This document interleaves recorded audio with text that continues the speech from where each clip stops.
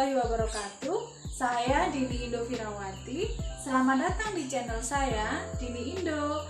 Saya akan berbagi informasi di channel ini tentang kesehatan ibu dan anak serta kebidanan.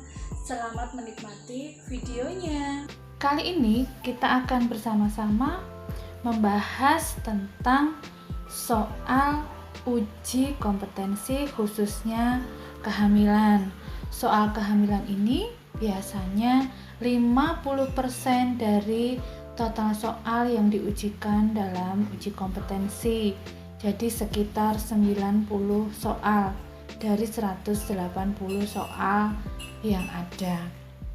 Baik, kita akan mulai untuk soal yang pertama.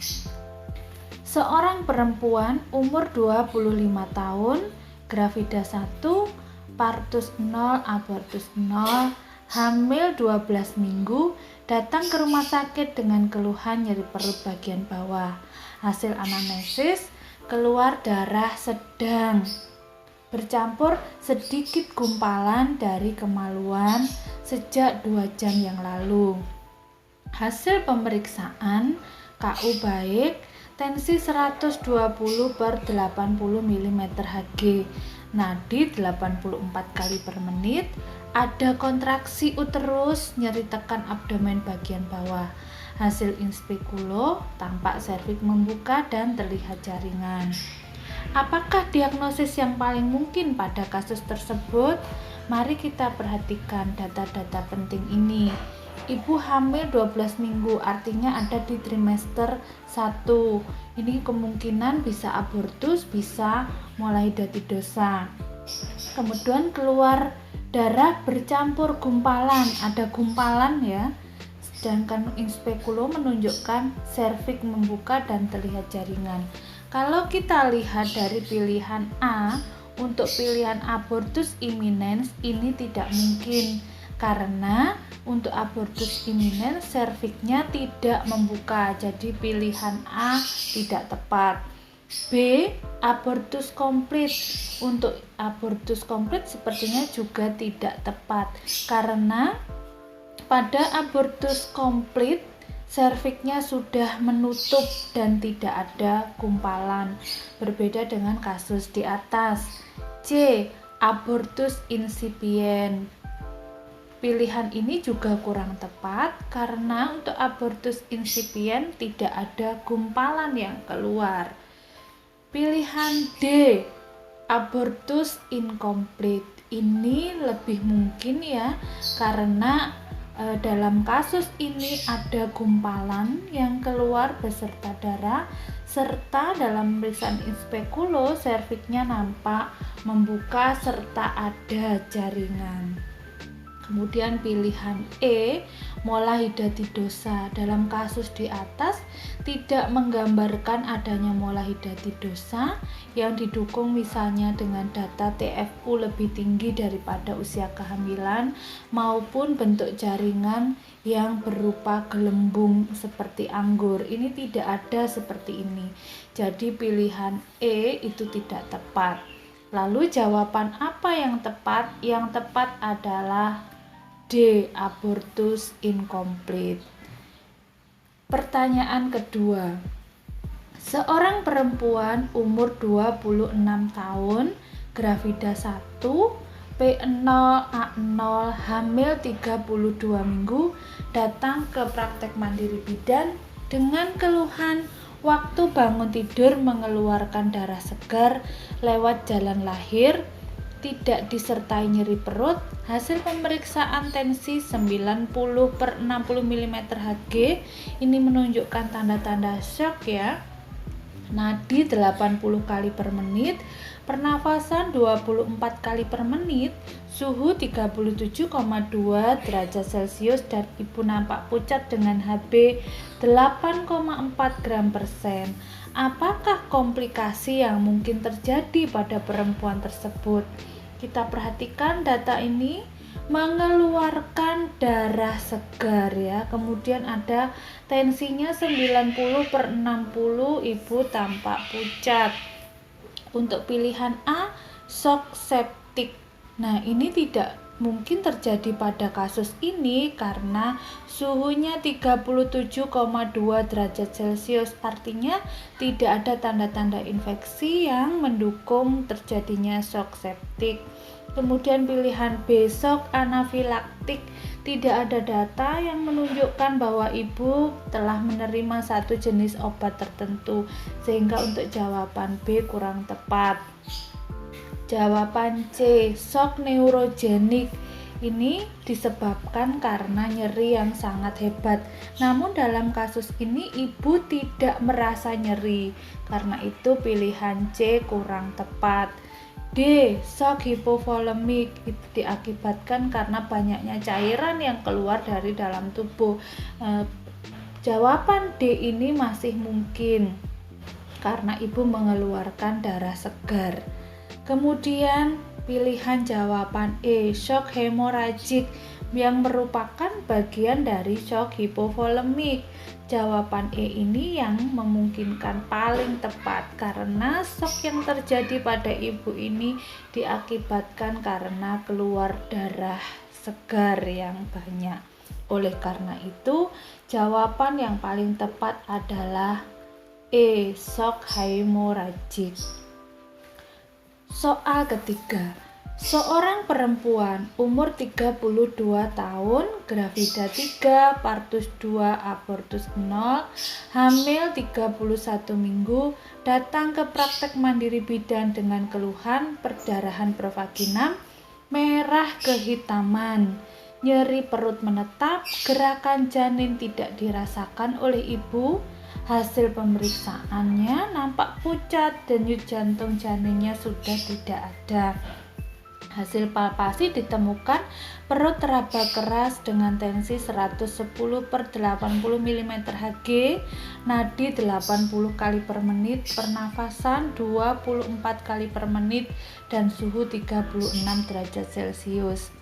Apakah diagnosis yang paling mungkin pada kasus tersebut? Kita perhatikan data-data yang penting, yaitu perdarahan pervaginam berwarna merah kehitaman, bukan darah segar, merah kehitaman. Nyeri perutnya menetap, artinya terus-menerus terjadi nyeri ya. Gerakan janinnya sudah tidak dirasakan, artinya janin sudah meninggal di dalam uterus. Ibu sangat pucat, perutnya teraba keras karena di dalam banyak sekali darah yang tersimpan. Untuk pilihan pertama, kehamilan ektopik, ini tidak mungkin terjadi kehamilan ektopik karena dalam kasus ini kehamilannya sudah 31 minggu, di mana kehamilan ektopik itu biasanya terjadi pada trimester pertama, bukan pada trimester kedua, ketiga ya. Kemudian ruptur uteri. Untuk jawaban ruptur uteri ini sepertinya kurang tepat karena di sini perut teraba keras. Biasanya untuk ruptur uteri, perut itu bisa diraba bagian-bagian janin, sementara ini tidak bisa ya. Pilihan yang C, solusio plasenta, ini merupakan pilihan yang paling mungkin karena warna darahnya kehitaman, gerakan janin tidak dirasakan, dan nyeri serta pucat ibunya yang menunjukkan ada perdarahan di dalam uterus. Pilihan D, plasenta previa. Jawaban ini kurang tepat karena darah yang keluar pervagina berwarna kehitaman, sedangkan untuk plasenta previa darah yang keluar biasanya adalah darah segar dan perut tidak teraba keras ya, dan ibu biasanya tidak merasa nyeri.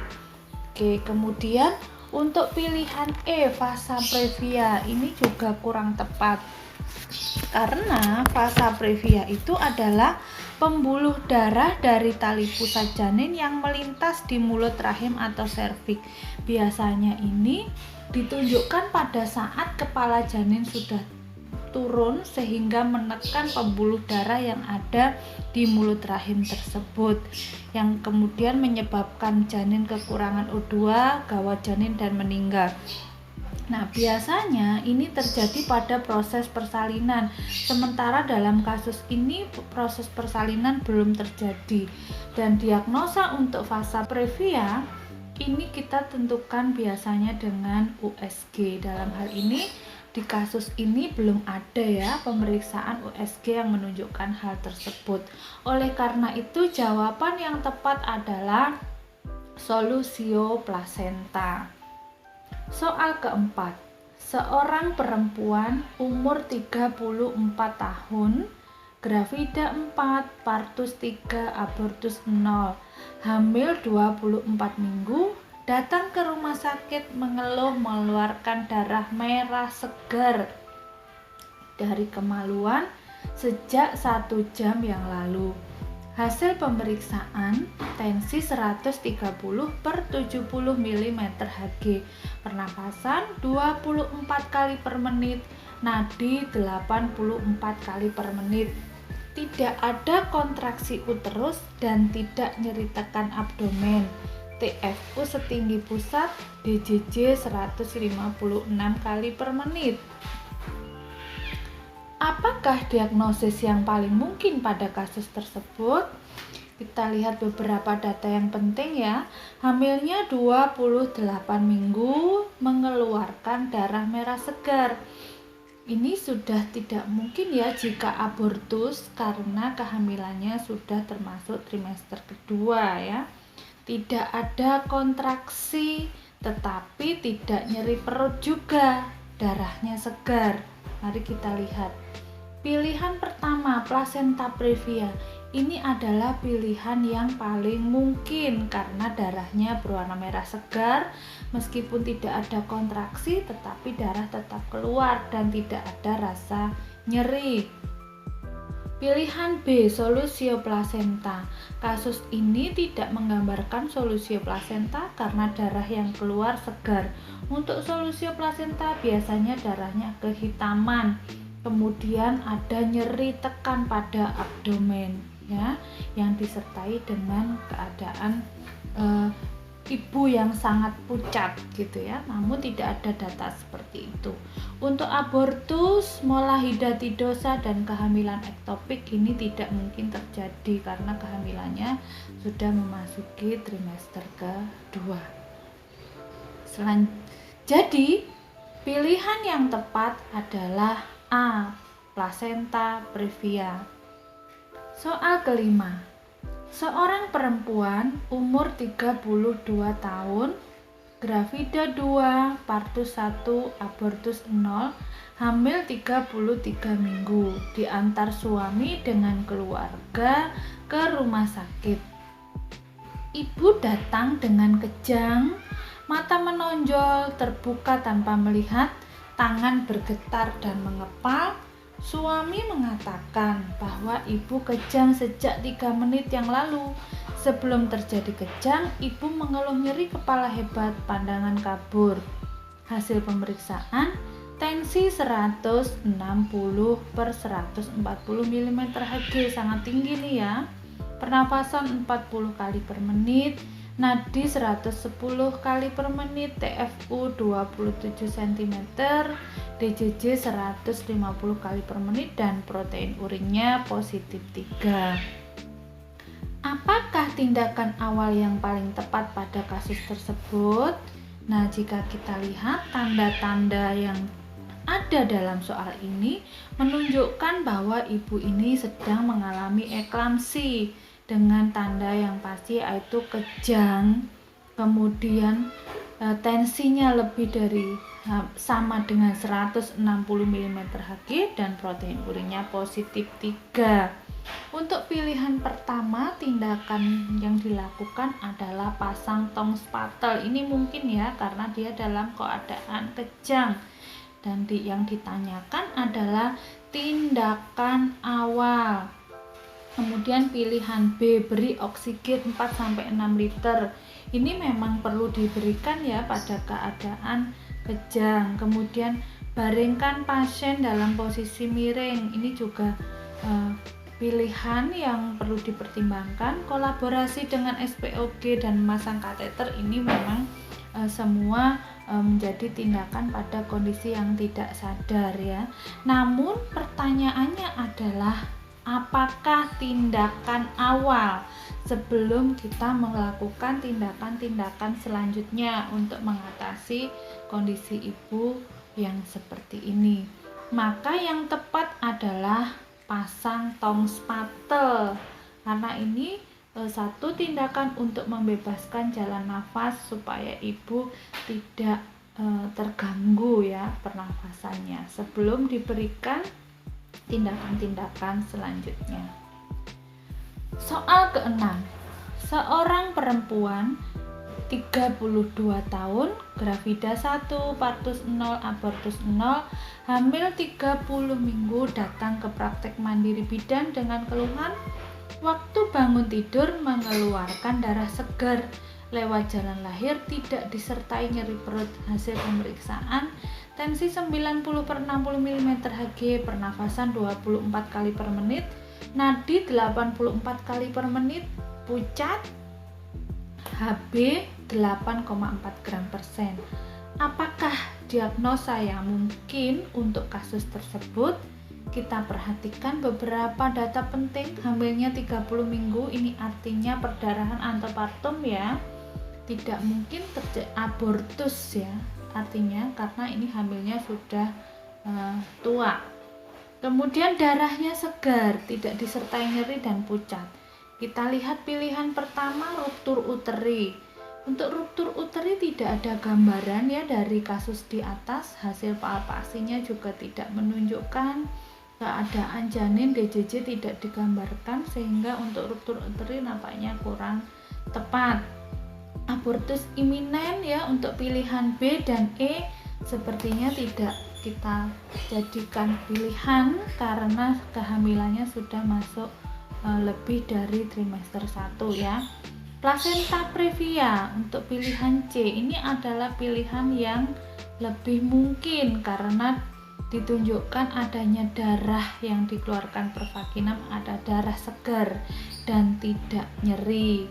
Kemudian untuk pilihan D, solusio placenta.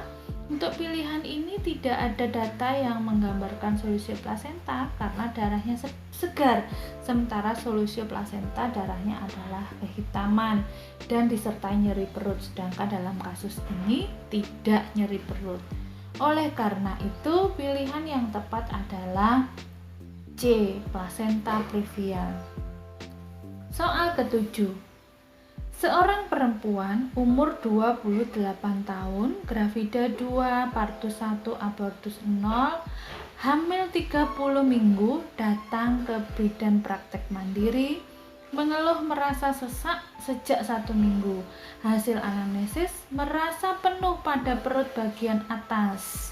Hasil pemeriksaan tensi 120/70 mm Hg, suhu 37 derajat Celcius, pernafasan 20 kali per menit, nadi 80 kali per menit, TFU 30 cm. Bagian fundus teraba bulat, keras, dan melenting. Pada bagian bawah teraba bulat, lunak, kurang melenting dengan denyut jantung janin 140 kali per menit, terdengar jelas di atas pusat. Nah, apakah rencana asuhan yang dianjurkan pada kasus tersebut? Kita lihat ya data-datanya. Yang penting adalah ibu merasa penuh pada perut bagian atas, fundus teraba bulat keras melenting, artinya kepala ada di bagian fundus ya. Sedangkan denyut jantung janin yang terdengar di atas pusat, artinya ibu ini hamil sungsang ya, anaknya posisi kepalanya ada di bagian fundus atau di atas. Jadi apa rencana asuhan yang dianjurkan? A, jalan santai. Untuk pilihan jalan santai, A dan E sering menyapu. Ini sepertinya tidak ada hubungannya ya terhadap kehamilan sungsang. Kemudian pilihan B, posisi Trendelenburg, tidak mendukung untuk kasus hamil sungsang. Kemudian posisi kniches. Posisi kniches ini adalah posisi sujud ya. Ini adalah pilihan yang paling mungkin. Kemudian D, posisi dorsa recumbens. Ini bukan pilihan yang tepat. Jadi untuk soal nomor 7, pilihan yang tepat adalah posisi kniches. Soal ke-8. Seorang perempuan umur 28 tahun, gravida 3, partus 1, abortus 1, hamil 32 minggu, datang ke bidan praktek mandiri mengeluh bengkak pada kaki sejak 1 minggu yang lalu. Hasil anamnesis, keluhan berkurang setelah diistirahatkan. Jadi meskipun bengkak, tapi kalau udah istirahat bengkaknya hilang ya. Hasil pemeriksaan, tekanan darah 120/80 mm Hg, suhu 37 derajat Celcius, pernafasan 20 kali per menit, nadi 80 kali per menit, TFU 30 cm, DJJ 140 kali per menit, dan teratur. Pertanyaannya, kapankah rencana kunjungan ulang yang dianjurkan pada kasus tersebut? Kalau kita lihat, semua data-data pada kasus ini menunjukkan keadaan yang normal, semuanya dalam batas normal ya. Kalaupun ibu mengeluh kakinya bengkak namun hilang apabila ibu istirahat, dan ini adalah hal yang normal. Kita lihat semua dalam batas normal ya.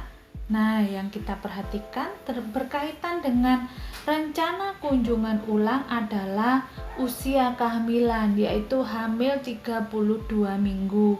Kita lihat pilihan A, kunjungan ulang 1 minggu, ini kurang tepat. Kunjungan ulang 1 minggu itu dilakukan apabila usia kehamilan 36 sampai 40 minggu. Sedangkan pada kasus ini kan belum 36, jadi kurang tepat. B, 2 minggu. Nah, kunjungan ulang 2 minggu itu untuk usia kehamilan 28 sampai 36 minggu. Jadi pilihan ini adalah pilihan yang paling mungkin. C, 4 minggu. Kunjungan ulang 4 minggu ini untuk kunjungan ulang usia kehamilan kurang dari 28 minggu. Jadi pilihan C ini kurang tepat ya. Sedangkan pilihan D dan E itu pilihan yang tidak tepat sama sekali. Oleh karena itu, untuk soal nomor 8, jawaban yang tepat adalah B, 2 minggu. Soal ke-9. Seorang perempuan umur 28 tahun, gravida 2, partus 1, abortus 0, hamil 20 minggu, datang ke praktek mandiri bidan untuk memeriksakan kehamilan. Hasil anamnesis, ibu merasa pusing sejak 1 minggu yang lalu. Hasil pemeriksaan, tekanan darahnya 120/80 mm Hg, nadi 80 kali per menit, pernafasan 24 kali per menit, dan suhunya 36,6 derajat Celcius dengan Hb 11,2 gram per sen. Pertanyaannya, berapakah dosis tablet FE yang dianjurkan sesuai dengan kasus tersebut? Kalau kita lihat di sini, semua datanya yang ditunjukkan normal ya. Tensinya juga normal, nadi semuanya normal, meskipun ada pusing. Oleh karena itu, dosis yang diperlukan adalah dosis pencegahan terhadap terjadinya anemia. Dosis pencegahan yaitu 1 kali 60 mg. Jadi jawaban yang tepat adalah A. Soal ke-10. Seorang perempuan umur 24 tahun, gravida 1, partus 0, abortus 0, hamil 10 minggu, datang ke praktek mandiri bidan untuk memeriksakan kehamilan. Hasil anamnesis, ibu kadang-kadang merasa mual. Hasil pemeriksaan, tekanan darahnya 120/80 mm/Hg dengan nadi 80 kali per menit, pernafasan 24 kali per menit, suhu 36,6 derajat Celcius, TFU belum teraba karena masih 10 minggu ya. HCG urin, hasil pemeriksaannya positif, artinya ibu ini memang hamil. Pertanyaannya, apakah informasi yang paling tepat untuk kasus tersebut? Jika kita lihat, semua datanya menunjukkan normal ya. Pilihan A, rujuk ke rumah sakit, tentunya tidak perlu dirujuk karena ibu dalam keadaan normal. Tirah baring, ini juga tidak perlu ya adanya ibu harus tirah baring karena sebetulnya ibunya sehat-sehat saja, tidak perlu istirahat. Pilihan C, Penkes fisiologis kehamilan. Ini pilihan yang paling mungkin ya karena ibu baru memasuki trimester pertama dan mungkin nanti akan mengalami perubahan-perubahan selama kehamilan. Jadi pendidikan kesehatan tentang fisiologi kehamilan ini diperlukan. D, observasi dalam 24 jam. Ini tidak perlu ya karena ibunya dalam keadaan normal. Kemudian E, Penkes tanda bahaya kehamilan. Ini mungkin tetapi masih belum diperlukan pada saat awal-awal kehamilan. Oleh karena itu, jawaban yang tepat untuk nomor 10 adalah Penkes fisiologi kehamilan. Oke, kita sudah mempelajari 10 soal kehamilan untuk membahas soal-soal uji kompetensi. Kita perlu mempelajari beberapa soal-soal lagi yang lain karena semakin banyak berlatih tentunya akan memudahkan kita dalam menjawab soal yang nanti akan ditemui pada saat uji kompetensi. Oke, selamat bertemu di sesi selanjutnya. Terima kasih sudah mengikuti pembahasan uji kompetensi pada sesi ini. Terima kasih sudah menonton video saya. Jangan lupa like, komen, share, dan subscribe. Wassalamualaikum warahmatullahi wabarakatuh. See you.